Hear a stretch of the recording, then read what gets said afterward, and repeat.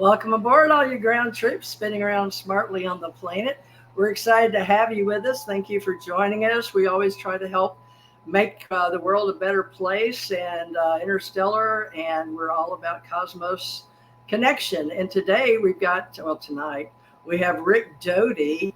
And Rick Doty is Richard Doty, very, very well-known gentleman from prior military and intelligence. And we're very excited to have him because he's so well-known that for the past 20 to 35 years, he's been actually devoting a lot of his time to disclosure. He's worked with some wonderful, famous people.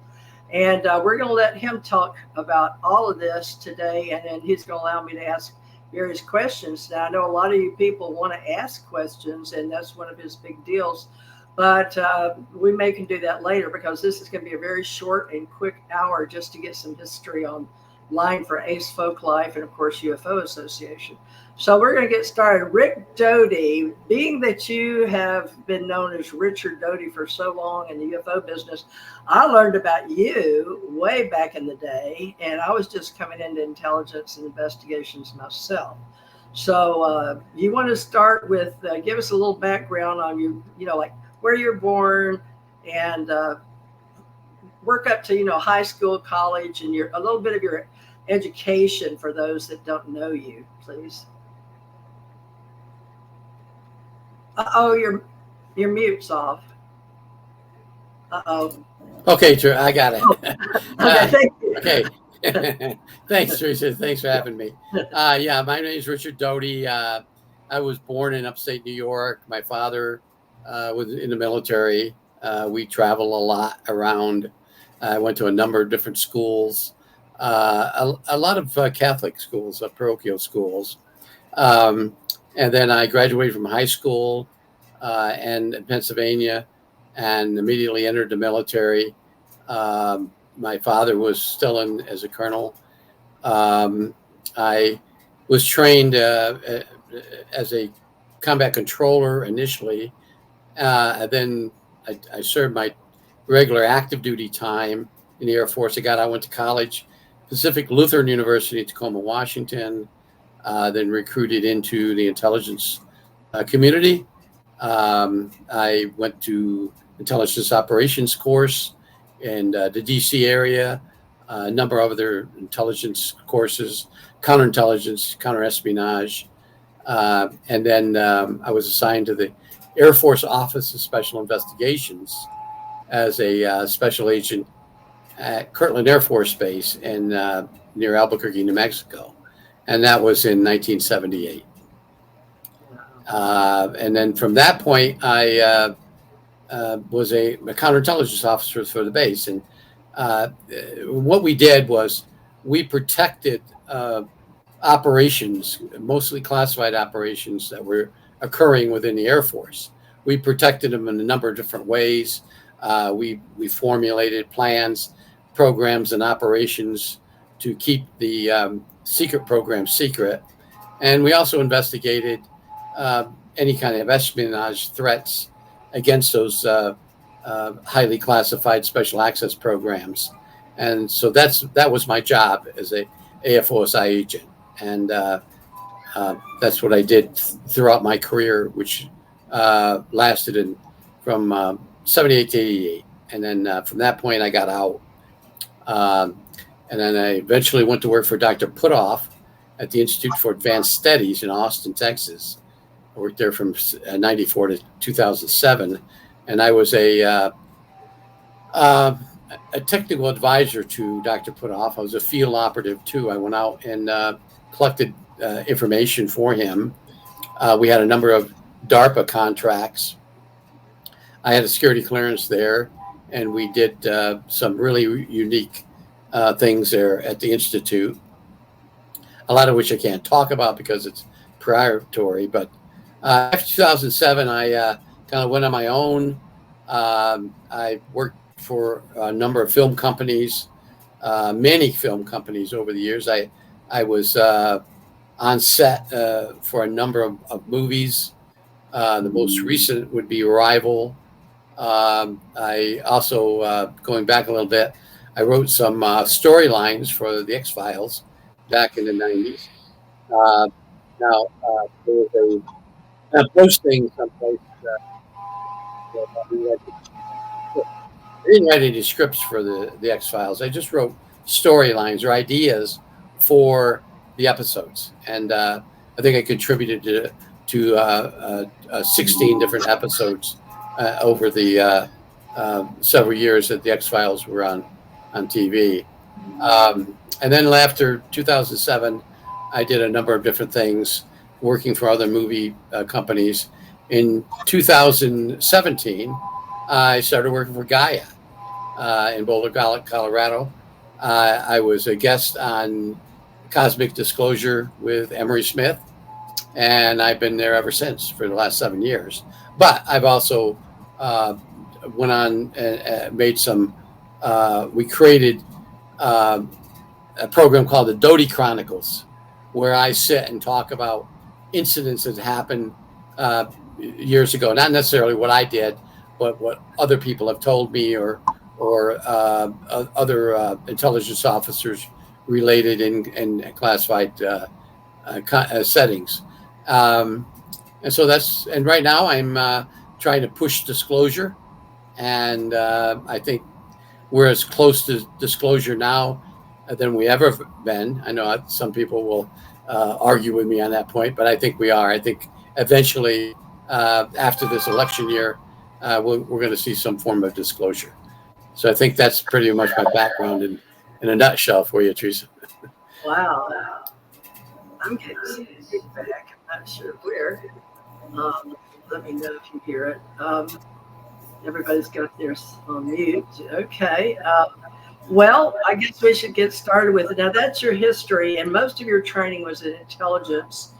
And a lot of people don't know the difference between, like you said, in civilian clothes and military. Like maybe, can we go through like the GS up to 18, or maybe more for scientists and wage grade or OPM? Can you help us out with things like that? Just simple, talk about classified, because a lot of things are really misunderstood these days. I'd like to help out in the disclosure movement with the misinformation, information, and disinformation. And I thought you'd be the perfect one to do that. So you spent time both ways, plus on DARPA contracts, so you could explain to people how the contracts work. And that's not classified. So yeah, sure, that's true. OSI agents are do not have a military grade. They're not in uniform. They're in civilian clothes. There's two sides to an OSI agent. He could be a military person, but he has a rank of a civilian or a GS, anywhere between 9 and 13. Civilian supervisors are normally GM 14s or 15s. And so that's the way the rank structure or the operation of a special agent with an OSI works.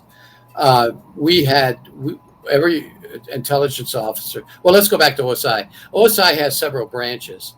They have a criminal investigations branch, similar to the FBI. In fact, give you a little history on the AFOSI. AFOSI was created after the National Security Act was created in 1947. 1948, January 1948,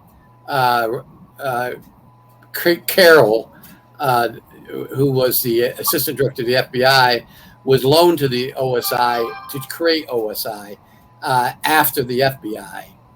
He was given a honorary rank of brigadier general, and he created the OSI. And from that time in early 1948 until present day, OSI has been the investigative, the counterintelligence and intelligence arm of the United States Air Force. Currently right now, there's about 4,000 personnel within the AFOSI. The unique thing about the Air Force Office of Special Investigation, it isn't under any Air Force rank structure or control. OSI reports directly to the Inspector General of the United States Air Force on most issues. And directly to the Secretary of the Air Force on most intelligence issues. So there's no command structure on the base. OSI agents are on the base, but they don't report to the base commander or the wing commander. They occasionally brief the wing commander and the base commander on operations within the intelligence arena. But as I said earlier, OSI has several different branches, one being a criminal investigations branch, meaning that they investigate crimes occurring on the Air Force base or involving Air Force personnel or Air Force property. After 1987, OSI becomes a federal law enforcement agency. It's not a military agency. It's a federal law enforcement agency. All agents are trained at the Federal Law Enforcement Academy, Glencoe, Georgia, and then go through various different schools. And I did the same thing. I went through Glencoe, and then just for the basic course, then I went to a counterintelligence branch of the Air Force, and then that involved going to a intelligence operations course, very, very, very demanding and tough course, a counterintelligence course and a counterespionage course, some taught by CIA, some taught by the DIA, the Defense Intelligence Agency. The AFOSI has other branches such as fraud, and they have a computer crimes branch, forensics, OSI agents and criminal agents on a base also acts as the medical investigators for any kind of murder that occurs on the base. But I wasn't involved in any of that. I was strictly a counterintelligence officer on the base, and I operated guarding and protecting special access programs. Now, you bring up a good point, Theresa, about misconceptions in the civilian community on what classification, what is classified, what isn't classified, how people have access to different classifications. First of all, the classification authority of the Air Force or the military is the lowest classification is confidential, then it becomes secret, and then top secret. And each category, each one of those have a category to itself, such as secret and top secret could be restricted data, meaning anything dealing with atomic energy or anything under the Atomic Energy Act, whether it's the old Atomic Energy Act of 1954 or Title 42 United States Code, which is a newer Atomic Energy Act, anything pertaining to atomic energy or weapon systems is protected under a special classification called restricted data. Now, the neat thing about the Atomic Energy Act is none of the information in the Atomic Energy Act is governed under FOIA, meaning you can't get any FOIA. You can submit a FOIA request to the Department of Energy, which is a predecessor to the Atomic Energy Commission, but you're not going to get anything because it's exempt from the FOIA. Now, we'll talk about this a little later, but that's a good place to hide UFO information because you can't get it. And I'll explain some of that later. But another misconception is just because a person has a top secret security clearance and special compartmented information, SCI, meaning they have access to everything that's classified. That's false. You only have access to what you need to know. The key words is need to know. If you're working in a project and it's classified under a special access program or a SAP, the information that you must work with is on a need to know basis. And that's what you get access to. You still have to have a high level of security clearance and SCI based on an expanded background investigation. But that doesn't mean you have access to everything there is within that special access program. For instance, at Area 51, I worked out there.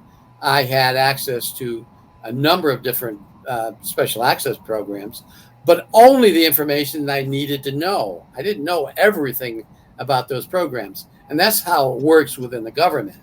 The misconception is, if a person has a top secret security clearance, I should be able to ask him anything because he knows it all. No, that's not true. He only knows what he has a need to know to work within that particular operation or project or mission. And DARPA, when you talk about DARPA. Jay Morris. Excuse me. I don't know where that came from. I apologize. Okay, DARPA DARPA controls all special access program contractors. Now, what the military will do is they'll present a contract to DARPA.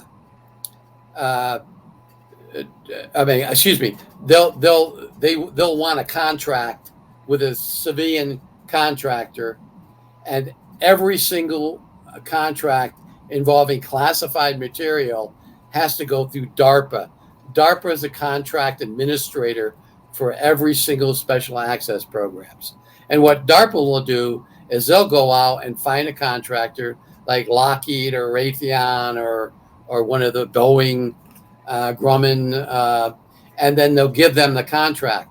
And when they do that, there's special procedures that must be abided to by the contractor, and that's under what we call the Department of Defense Regulation 5200.1, which is the Industrial Security Manual, meaning everything dealing with classification has to be protected by that company, whether it be Lockheed or Boeing or what. And also within that company, within Boeing or Lockheed, there's an OSI agent assigned there, and they're called special projects agents. And I was in special projects, and their goal is to protect the highly classified special access programs from espionage or being released. And they have enormous powers, those agents within these companies, to protect that reverse, whether it's a reverse engineering of an alien propulsion system or whatever it is. They have to make sure that contract is thoroughly administered and protected by law. And there's a number of laws that protect it, not just Title 18, but Title 50. Most, if not all, of the special access programs are governed under Title 50 of the United States Code, which protects them, and there's penalties for people that releases or unauthorized access to that type of information. So I think that's pretty a nutshell in the classification authorities that OSI governs and the way the military operates. And also a document could be top secret, and only a small portion of it would actually be top secret. When you look at a document, you'll see a marking on top, a downgrading instruction, a top secret control number, which is a set number that controls that document and the document only, a sign sheet. Everybody has access to that to sign it. And if you read through that document, it may be 80% secret and maybe 20% unclassified or for official use only. But the highest classification of the information contained in a document must contain the highest classification on the document. So if there's only 4 paragraphs in a 100-paragraph document that's top secret, then the document has to be top secret. And that's the way it operates in accordance with governmental regulations on the classification. And that's covered under the Code of Federal Regulations 32, Code of Federal Regulation Title 32. Okay, so things haven't changed as far as you know in the last 20 years. No, I got out in 2007, at least from DARPA business, and everything was the same. We would have to get briefings every now and then, and to the best of my knowledge, it's the same. Now there may be some parts of it that have changed, but for the most part, that's the way it operates still. I know cybersecurity is different, but you mentioned a few things that people may or may not know. And when we mention acronyms, we need to go back and clarify them. So, you want to share DIA and CIA and anything else you may have mentioned? Just the acronyms for those? Yeah, CIA, Central Intelligence Agency. They're the number one agency that collects foreign intelligence. That's outside the boundaries of the United States. They're exempt from. I mean, they cannot collect intelligence from within the United States, with exception of what was granted to them under the Patriot Act of 2001, and it has to do with terrorist information, meaning that if there's a terrorist that the CIA knows about that could operate in the United States, and the CIA has some authority to monitor that information. But in the most part, everything that's collected in the realm of intelligence for the United States of America is done by the CIA outside the United States. The Defense Intelligence Agency is a military branch. It controls all the military intelligence agencies or units report to the Defense Intelligence Agency. Now, they can operate in the United States, and they're limited to collecting data on foreigners or collecting data that relates to the military, a military base or military personnel or contractors that work on a base or something to that effect. And then the only way they can collect on civilians would be if the civilian worked on a base, or the person is a wife or a spouse of a military person. They can collect data on them, but just an ordinary U.S. citizen, Defense Intelligence Agency, and I'll say this, they're not supposed to collect on civilians. Now, I know there's been a number of incidents where they were collecting. There was a classical case 15 years ago in Virginia where they'd had actually a bug in a civilian house, but there was a reason for that, and actually it was being controlled by the FBI.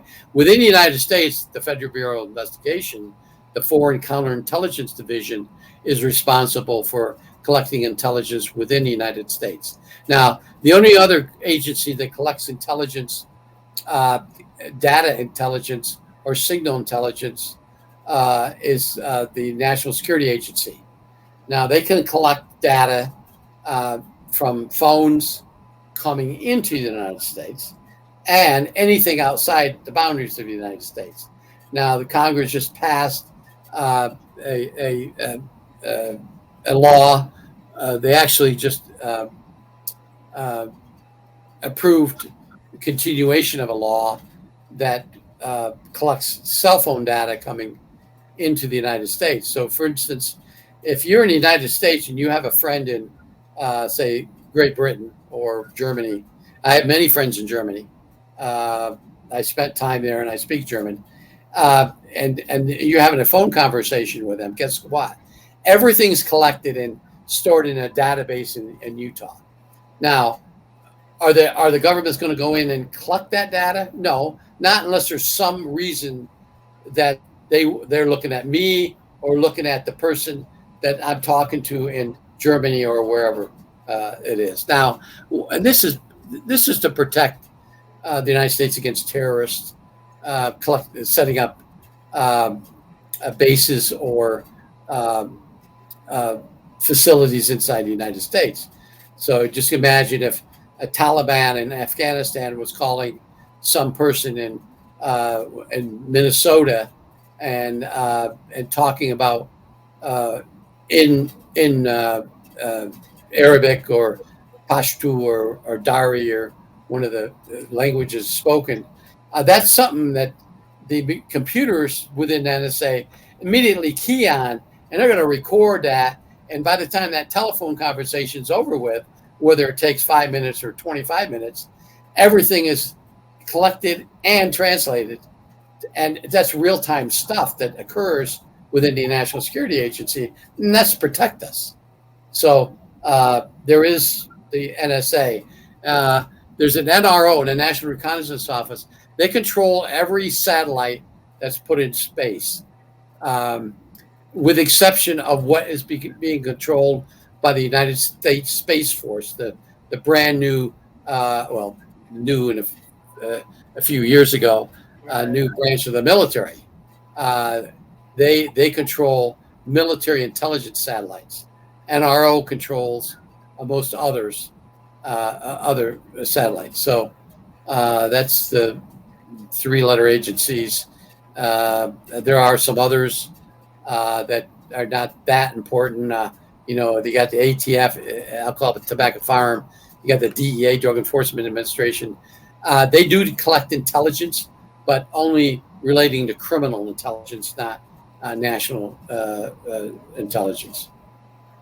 Well, I guess we better get started into the ET talk. Okay. I wanted to give people a briefing because not everybody understands, and it's not even close to what we understand. But yeah, please put on your glasses if you'd like. Folks, we're in the over 50 group. Yeah, we are. Most in Aunt Clara is at 80, but we won't go there. Not quite yet. All right, so let's talk about, did you know, or do you agree that Bob Lazar worked for Naval Intelligence?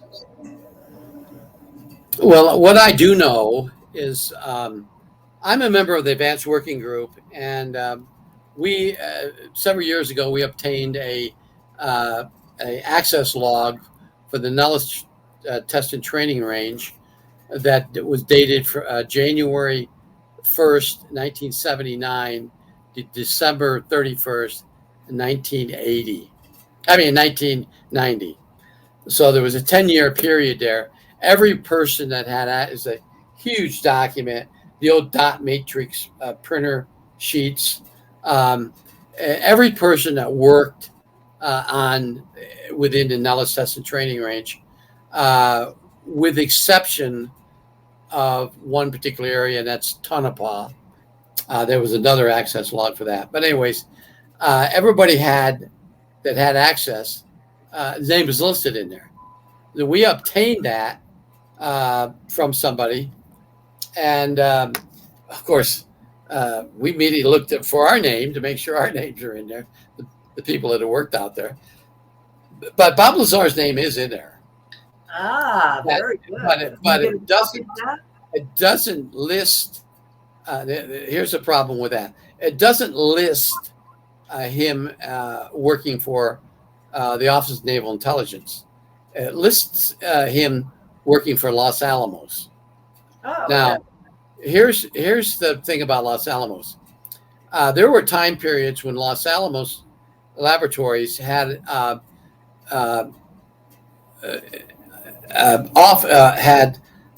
contract services that provided certain work details within the Nellis Test and Training Range. And one of them was janitorial services.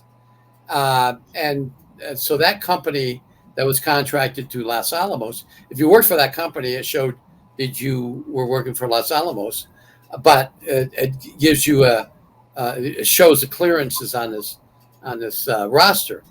Now, his name is in there, but for a very short period of time, I think from March of 87 to I think July of 87, not a long period of time. That's to the best of my knowledge, although I didn't look at every single entry in that 1,000-page document. That's the only place that I saw Bob Lazar. But there were a lot of people on that roster that were had limited access to Area 51. So just because your name is on there doesn't mean you had access to every place on there. The roster is split up with a name, your last name, first name, middle initial, a rank or a grade or a position if you're staying a CIV, if you're a government employee, a GS, whatever. If you're a wage grade, it'd be a WG, a military rank. Then a code for the security clearance, and then a code for the area that you're authorized to work in. And they're letters. So if he's authorized to work in the cantonment area where everything was located at Groom Lake or Area 51, he might have a T, a Y, and a C, meaning he could go to those different areas. But he only had one letter, meaning he only had access to one part of the cantonment area. Now, cantonment area is where you actually live. There's a dining facility there. There's a clinic there. There's a small store there. The dormitories are there. So you have access to all those places within there. But then the area is split up. Like, for instance, S2 is away from the cantonment area. S2 Annex, Bravo 6 area, or the number of different areas. They would list those as where you would have access to. Now, if you had access to every place on there, you had a G2, meaning you had general access to everything, and then the 2 was a designation for whether you could actually get inside or whether you just maybe a passing access to drive through there.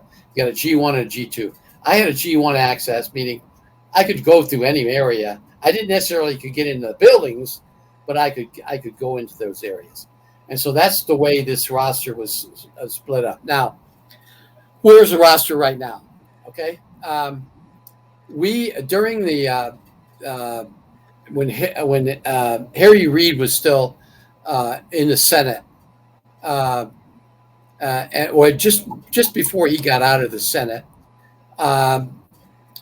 he wanted us to verify the authenticity of the roster, and so we did, and we got some former commanders out there, former commanders of the Nellis testing range, all Air Force personnel, a colonel, and 2 brigadier generals.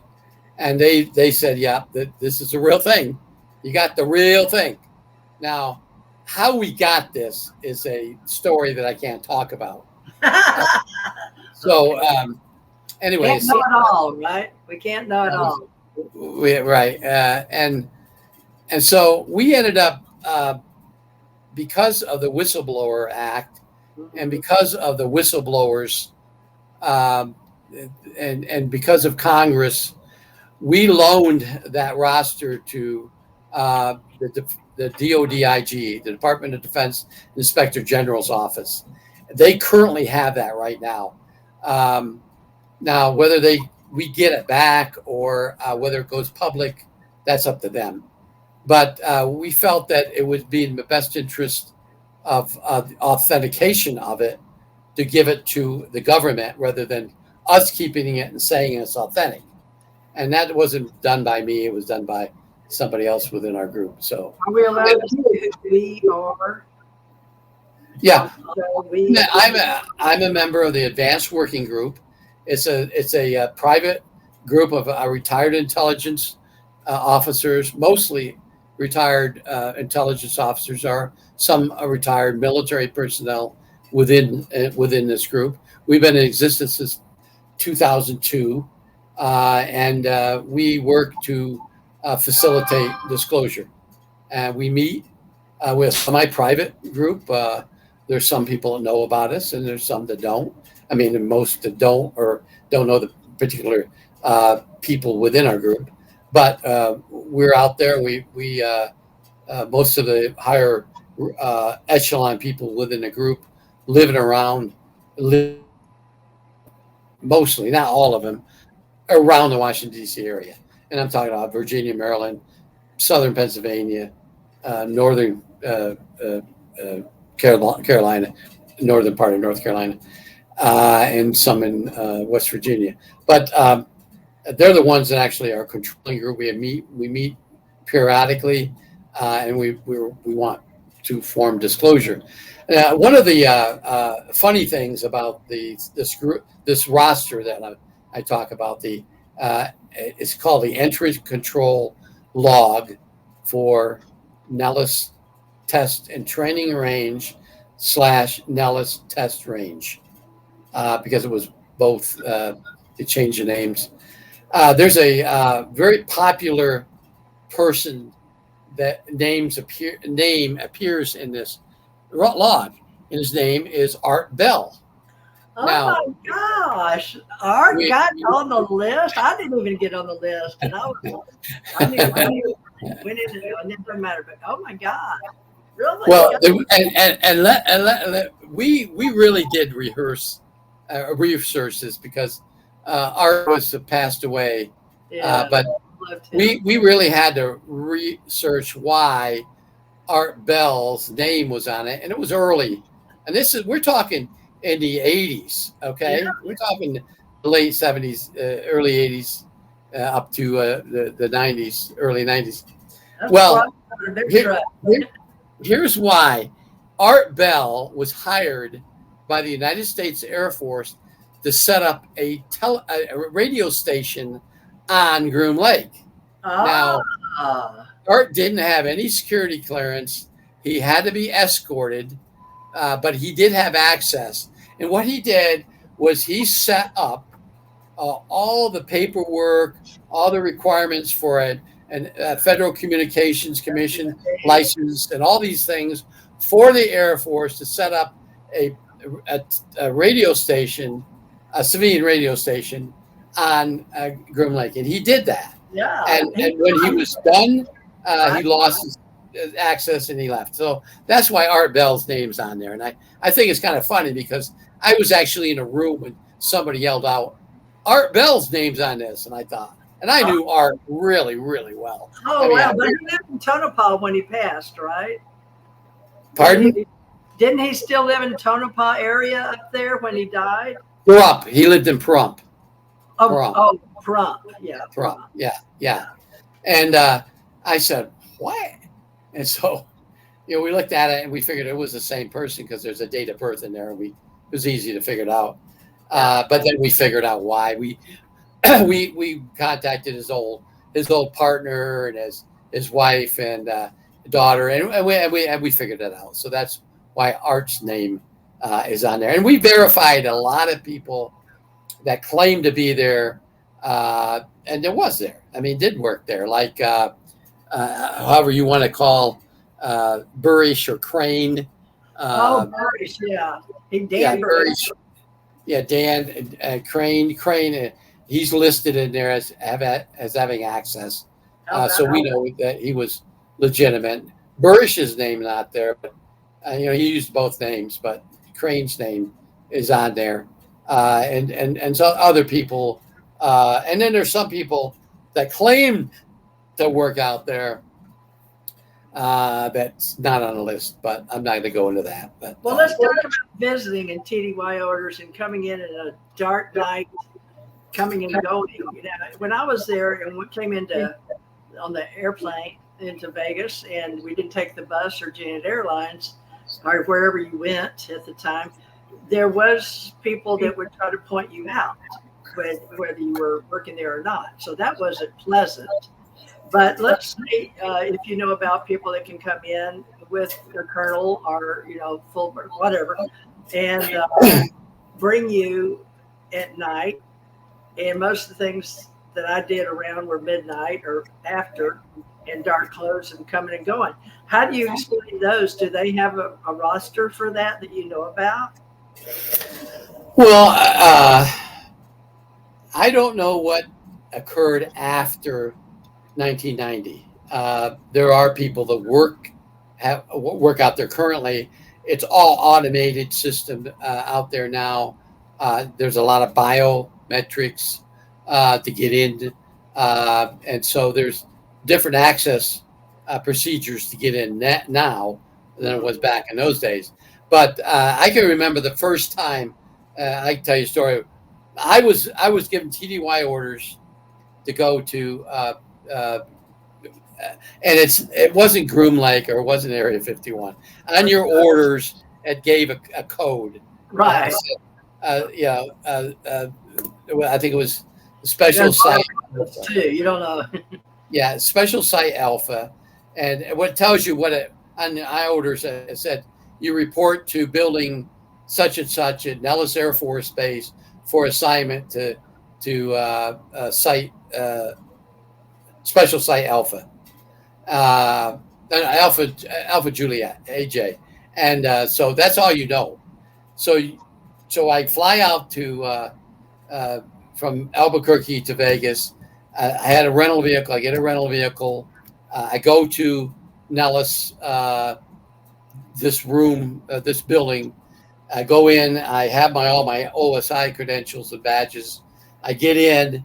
I get a briefing, and I get entry control badge and procedures.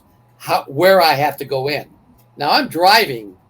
I've never been there before. Okay. So and back in those days, the roads are worse than they are now.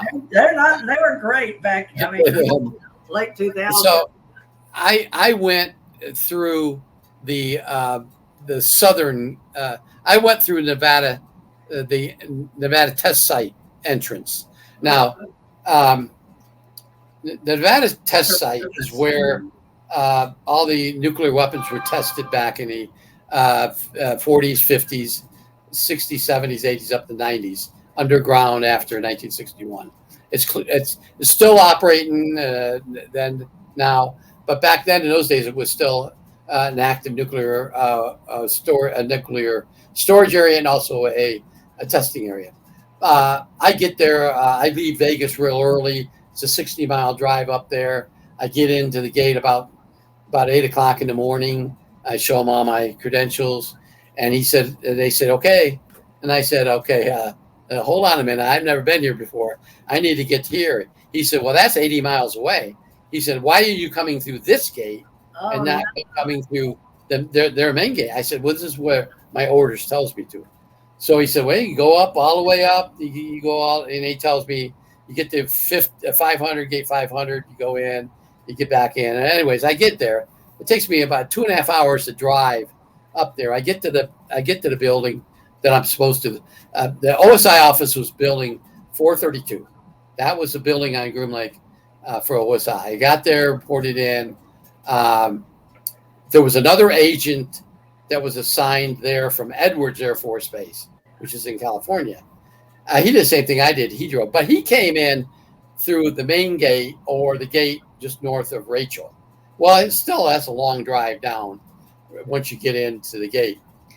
We kind of meet up at the same time, and we tell our horror stories about getting there and driving all this way. And I don't know much about this base except what I was briefed in Nellis. They gave me some briefing. But when I got there, I had to go through the entire Special Access Program briefings. And now it wasn't just one briefing because there was different special access programs. So I went through 10 different briefings on one day, and they were 15, 20-minute briefings. The second day I went through 2 more, which lasted a couple hours each. And so now I know, oh my God, this place is, this is something else. And so and then from that point on, I did my job there. And I was replacing somebody who had gotten sick. And because of my position at Kirtland and the fact that I had SCI and an SAP clearances and the fact that I had been briefed in to a special access program, they chose me, and I was also in the special projects branch of OSI, and that's how I got there. So that's my story of how I first got there. And then a few months later, I went back there. Well, I can tell you're telling the truth. But in the meantime, there's so much I wanted to ask you, and I haven't asked you anything. But the thing is, you're a good speaker, and we need to know this stuff.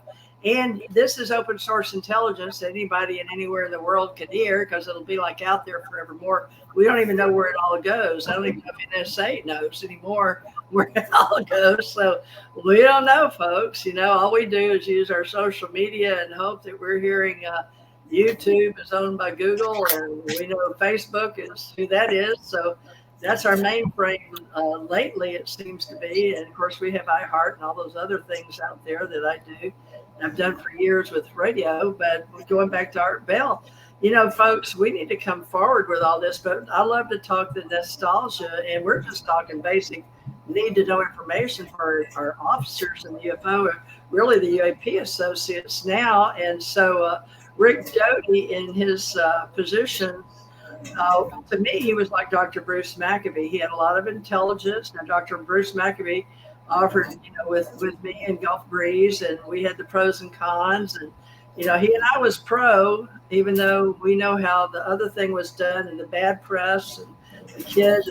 We know the whole story if anybody wants to know that side. But, you know, I couldn't argue with people. I moved to Gulf Breeze and lived there 7 years. So things can be real and be like balloons for, well, they can be found little styrofoam cups making a UFO in the wall of a house sold, which is what happened to Gulf Breeze. So you've got to have an open mind and see both sides of our ET talk. Alienology, ufology, and there's a lot of stories built on top of truth and people that want to take out the truth.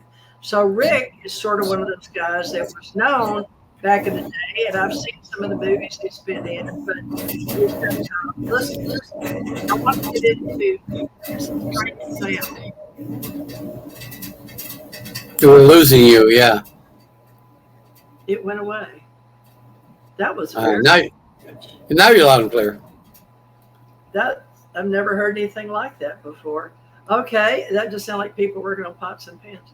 With you, I would like to get you where you need to be, because everyone knows now that as much if you've done with Gaia, what do you want to say, 189 and ancient aliens in history.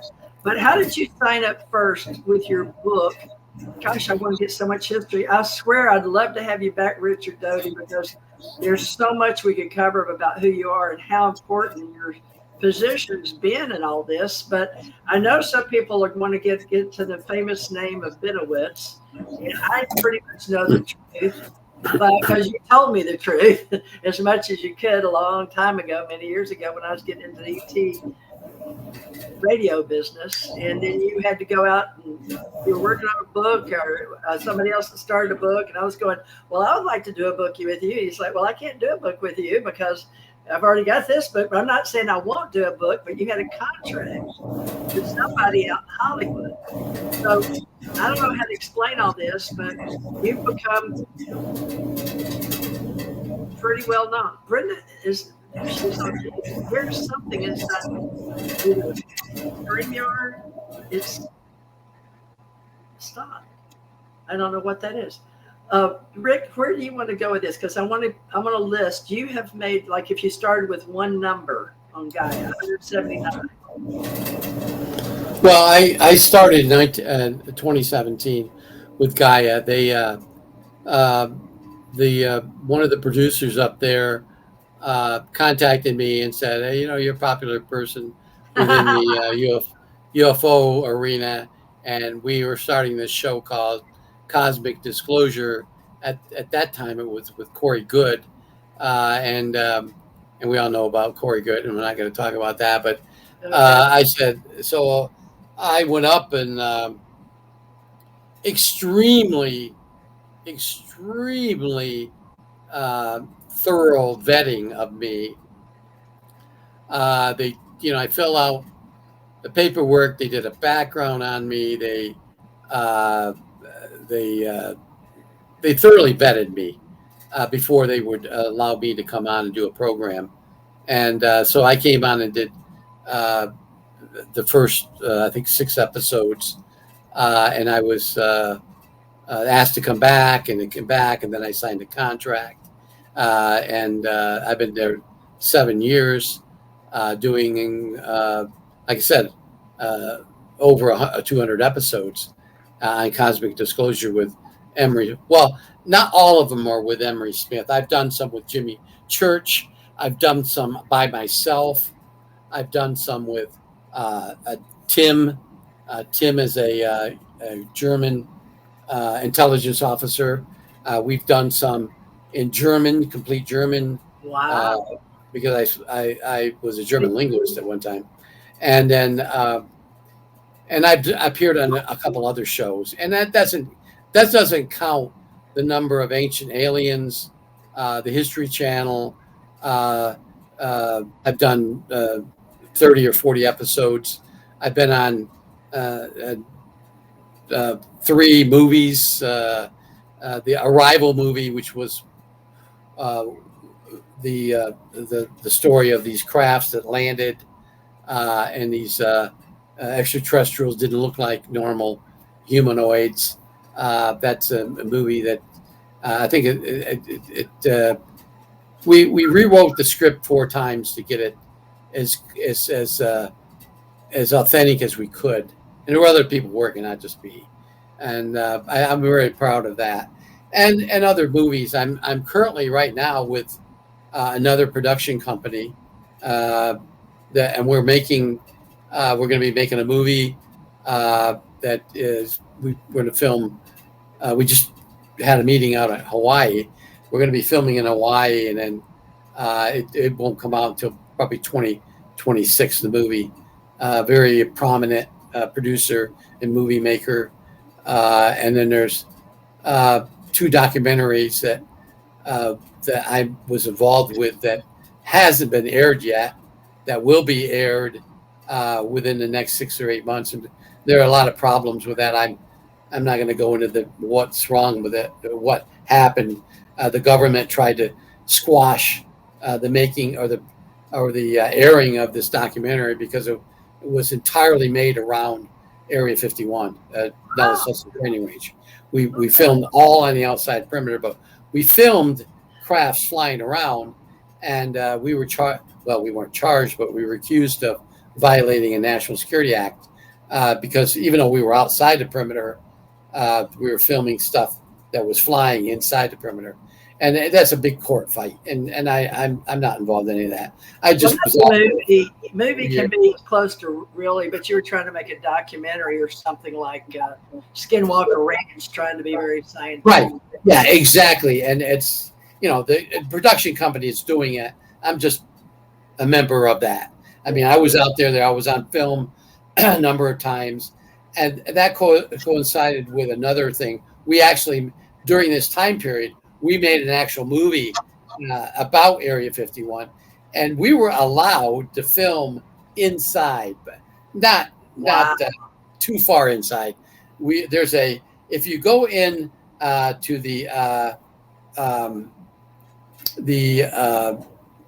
Rachel Gate, the South Rachel Gate, there's a farmhouse inside, and that used to be the Medellin Ranch. They had they would take their cattle in there. But we were allowed to film there at that ranch, which is inside, a couple miles inside. But and I had 12 minutes on film.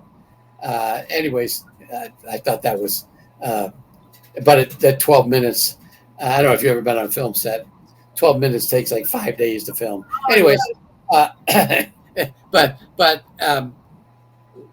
they squashed the ending of the film. They wouldn't let us film. They got actually a restraining order against us, the government, the Air Force, because of some things that we didn't do, but other people that these they call them followers. These people that chase the film teams around, that had nothing to do with the film teams. They actually were filming things that they shouldn't have been filmed. And anyways, that's a legal battle that we'll let somebody else fight, but I'm not involved in that part of it. But that's that's just some of the many things I've done since 2007. Well, you've got a lot going for you, and people just don't understand the fame happening in the UFO business, but it's a big industry. And I thought after COVID-19 and the big political upheaval between, America's voting parties, but it seems to be in the UFO community, we really did sort of split. And I'm independent as a journalist, and as far as that goes, but I think we need to have more people that are just not doing politics in the UFO business. But that's my own personal opinion. I'm entitled to it. But with you and me, we were in uniform, and we know we're Americans, and we know the culture and the cyberspace culture, and now with cybersecurity, and we want what's best for America, and we want what's best for everybody. But meritocracy has been the key thing for everybody, and we wouldn't know how to operate without meritocracy, which we use in the military and law enforcement and in government and everything else. So, this public relations work and disclosure, we have to start looking at alienology separate from ufology, or the study of UFOs, versus the study of aliens. And I wanted to know seriously how you feel about extraterrestrial engagement because of the orbs I told you about. And I know that Earl Benowitz, what was his name? Benowitz? Paul Benowitz felt about, but he actually did see some orbs. And I know at the end of your work in the military, and I know how that is because you and I get put in the same category a lot that I don't appreciate, but that's how I grew in this business, because I never came out, and I stayed men in black or woman in black or behind disclosure or outside the loop for many, many years. So by the time I was running for UFO Digest, only people could think of in the military that was coming out speaking about UFOs was you, basically. So you had that cover, but they all thought you were strictly, they don't understand being in uniform, out of uniform, or disclosure, or counterterrorism. And I know what you were doing, plus the fact that he did, later on you said, no, he saw some orbs, right? Can you tell us a bit about that?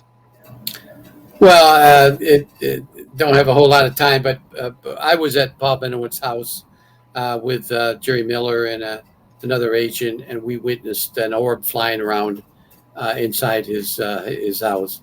Oh, yeah. And we witnessed it, and we couldn't explain it. Our technical people couldn't explain it, but we witnessed it. And it flew around for about 30 some seconds, and then went back to where it started. We kind of thought Paul did it, but we investigated, and Paul didn't do it. We don't know where it came from. Good for you. Well, I did too. That's why it was very important. That's part of who I am, and I want to make sure that that's done. Any other ET that you can mention that you personally, because that's a personal account, that makes you an experiencer. Anything? No, I don't have any. That's not one of my specialties as far as that goes. There are other people within the intelligence community that handle those type of things, but not. Well, you're not disconnected from being an experiencer, are you? No, I don't. I never witnessed anything. As a kid, my brother and I and my dad went camping once. We saw something in the air, and my brother was the UFO, but not he. We called him because he read all the George Adamski books and the True magazines and all that, and I was more content to reading Zane Grey, and so I during my career, I've never had a face-to-face with an extraterrestrial. I've never seen one other than on a closed circuit television camera while I was out at Area 51. I did a whole episode on that in Gaia. I've not ever had a face-to-face or any kind of experiencing or abduction or anything like that. Now, I investigated abductions while I was in Kirtland, but I've never experienced anything like that. So I let people that have more knowledge in that arena of it being an experience or a contactee or an abductee talk about that stuff, because I'm just not I'm just not educated enough in that arena intelligently discuss those things. What about the psychic side of the business? Remote viewing or psychic, either one? Remote, psychic, medium, any kind of intelligence on that with our Stargate program? Well, I work for Dr. Putoff. That's what I was thinking. And we had remote viewers come and go, and this is the 90s.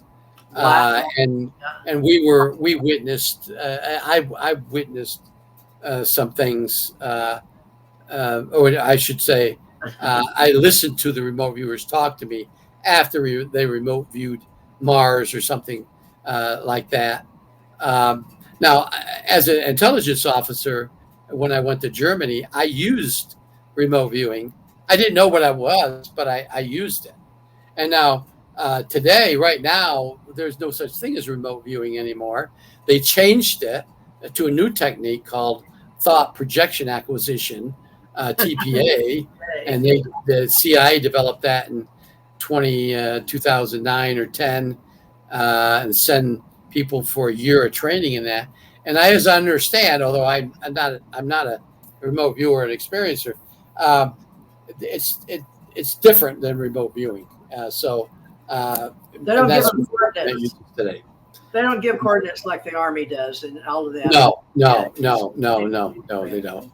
Well, there's so much we could talk about, Rick. You know that. Of course, you're already doing it for everybody else. I appreciate you doing it for me. And I know that we'd love to see you in Vegas at the alien event. If we do, we do. If we don't, we don't. We've got Travis Taylor maybe come. Jesse Marcel may come. We don't know who's going to show up, folks, because we're going to discuss some stuff that nobody else has discussed before. So we hope you come. And Rick, I don't know if you'll be able to come back and see me again. I hope you will, because these are short and I could interview you on all kind of things. We can do that. So you think maybe sometime in the future, if you've got time, because you're such a hard man to catch, it took me about 12 years to get you. Well, just when you were trying to contact me, I was traveling in Mexico, and there's the internet connections down there. If you only have a cell phone traveling in Mexico and you don't have an air card, you're not going to always get somebody contact you. So I spent 18 days down there on a very, very, very, very incredible assignment, so to speak, with a film crew, and we filmed some things on there that are quite extraordinary, similar to what happened some years ago when we went down to Honduras and we actually filmed an exorcism. And so it was that. So it'll come out sometime. This particular documentary that we filmed, that it won't be. It'll be probably a year or so. Spooky and unexplained on us. Well, I tell you, if you were there and witnessed what I witnessed, I mean, not much scares me. I mean, I went through a lot. I'm not a veteran, but during my missions as a combat controller, I went through quite a bit. And then during my agent days, OSI agents, we did some crazy things, especially in Germany. But to sit and watch something like what I saw, and we're talking real time. It's not like sitting and watching a movie or a film or a video or YouTube. This is real time. I mean, you're actually witnessing something occurring that is unexplainable. I mean, I didn't have an explanation for it. Good, but, I like that. That'll come later. Yeah, I'll come back on your show when we, when I get a chance. Thank you. Theresa. Well, I can think of a whole bunch of things. I mean, I didn't get even a millionth, and I see people all the time on Facebook. I've got this for you, Rick. I need this. And I just saw today people are going, "Oh, I've got these questions for you, Rick." So, folks, all I can tell you is keep up with Rick Doty. Do you have it something like Skinwalker Ranch for Rick Doty on Facebook? Like, I've got so many I can't keep up with them. So I just have my regular name, Rick Doty. I'm on Facebook. I had a really, really unique website, but somebody hacked it. I got another site January of this year, and the person that created it for me actually was my agent's person. My agent got said this can't be hacked. Well, lo and behold, it was hacked. So I'm not sure what I'm going to do. It was a great.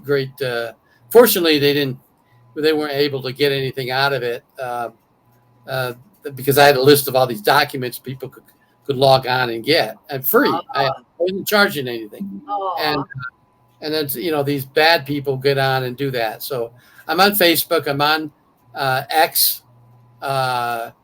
Ricky Ticky is my Twitter handler, and that's it. I'm not on Instagram or any other. Oh, wow. So Ricky Kiki, you better spell that because I'm not even your friend on Twitter, or send it to me. It's Ricky Ticky, RICKY TICKY. Ricky Ticky. Ricky Ticky. Okay. 166. Well, and also, I have an email. I can give you my email. I get hundreds of emails, but I try to answer every single one of them. Are you kidding me? I can't do it. I can't do it. Well, God bless you. Well, it takes me a long time to do it. I'm not saying an email, I'm going to respond immediately. But the top end, TOPPAN 166 at gmail.com, and you have that, Theresa. You can send me an email with questions. I guess I get probably 200 a week. I eventually get to all of them. And it's me. It's not my agent. I used to have my agent share, but he doesn't know how to answer the way I would. He's a good agent. But I'll answer. So now I'm trying to do it all. It takes me a long time to get to them, sometimes weeks, but I do answer all of them eventually. Well, I'm going to endorse you because Rick, folks, all these years that I've known about Rick or talked to him, phone, emails, when he's in business meetings, when he's with secret people, he's been the greatest person. He has never ignored me. He has always taken care of business with me.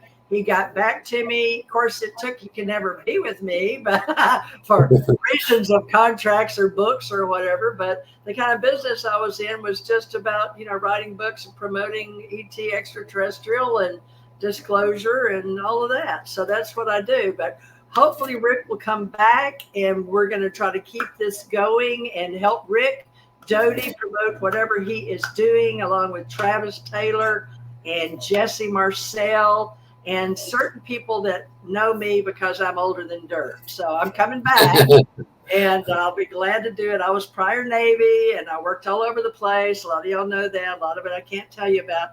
But it's fun because we're finding each other and putting the pieces together. So God bless you, Rick Doty. I hope that we can have you back again whenever it works out.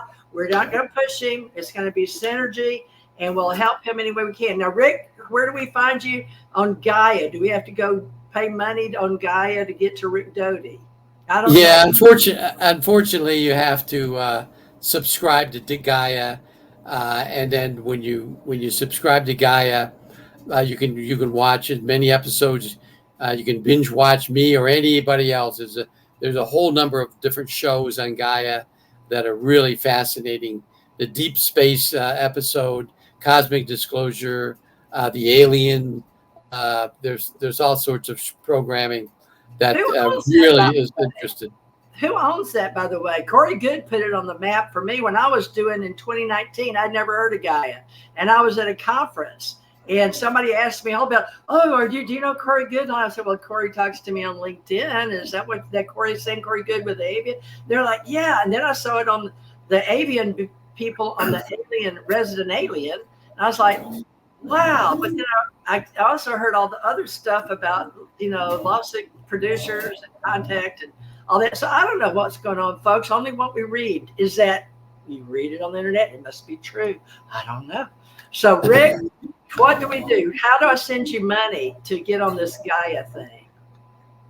Send me just you just go on Gaia.com and subscribe to it. And once you have a subscription to it, and they'll ask in there who was recommended it. Just put my name down. Okay. I don't get money for it, but but I get points, so to speak. Okay. I mean, they pay me very well, so I don't need any money from anybody. Gaia TV? I still don't know who Gaia TV. Gaia is an entity. Gaia is a programming that was started in 2010 by just a group of people. It's grown to a multi-million-dollar outfit. It's owned by boards of directors, and is it an LLC, like open? Yeah. LLC or something. Yeah, it is. Okay, we and and their office is in Boulder, Colorado. Everything is their main office and all their film studios are in Boulder, Colorado.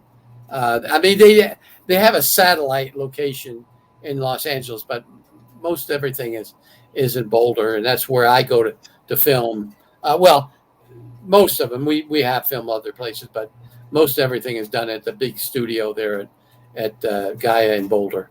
Well, Colorado. I'm sure I'd like to know that there's a lot of people that don't know what Gaia is, and there's some that do. And so some of the event people may know, but I never went to an event until I spoke at a couple of times. So I got asked to speak, and people thought I was part of Gaia, and I had no idea what they were talking about. They said, Curry, good. And that's how I knew. But now I know you're with Gaia, and you say we can join. How much will it cost us to see you? $5, $10? I don't even, it's a yearly subscription. Oh, okay. I think you can do month, 3 months, or yearly. And I'm sorry, I should know what that is. You're not, but I don't. But it's it was. I think I misspoke. It was founded in 1988. It's an American media company.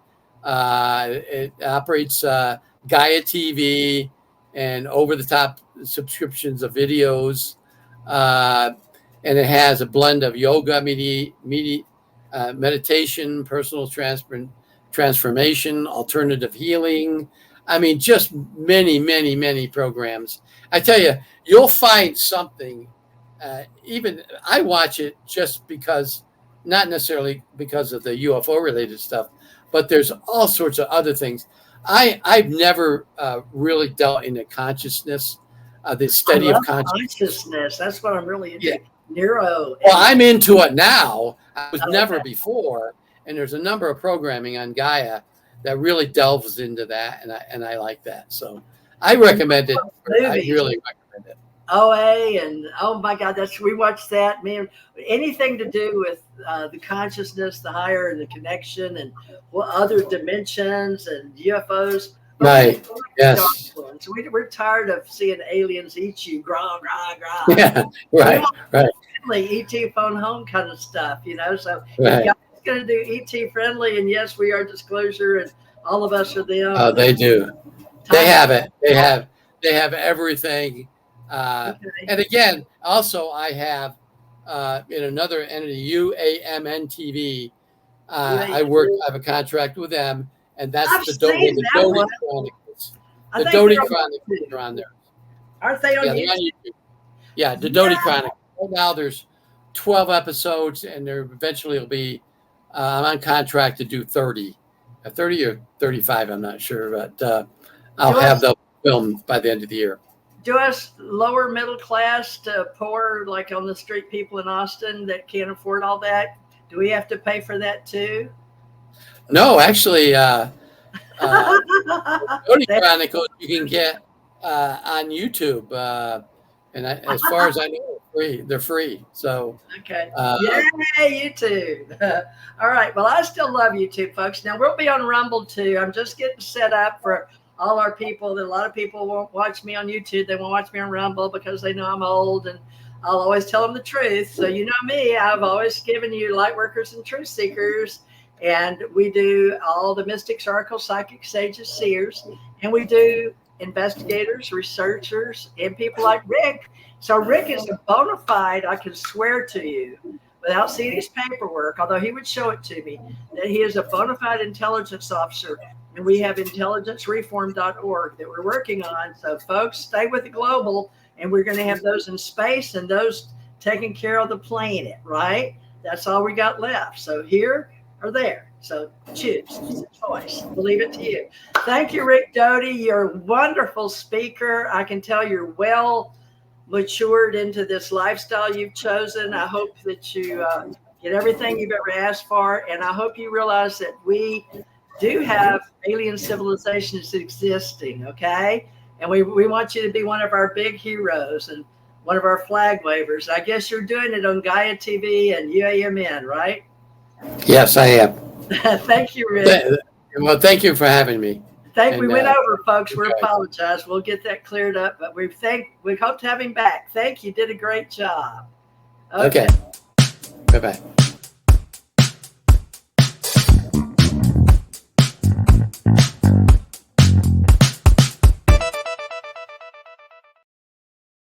Okay.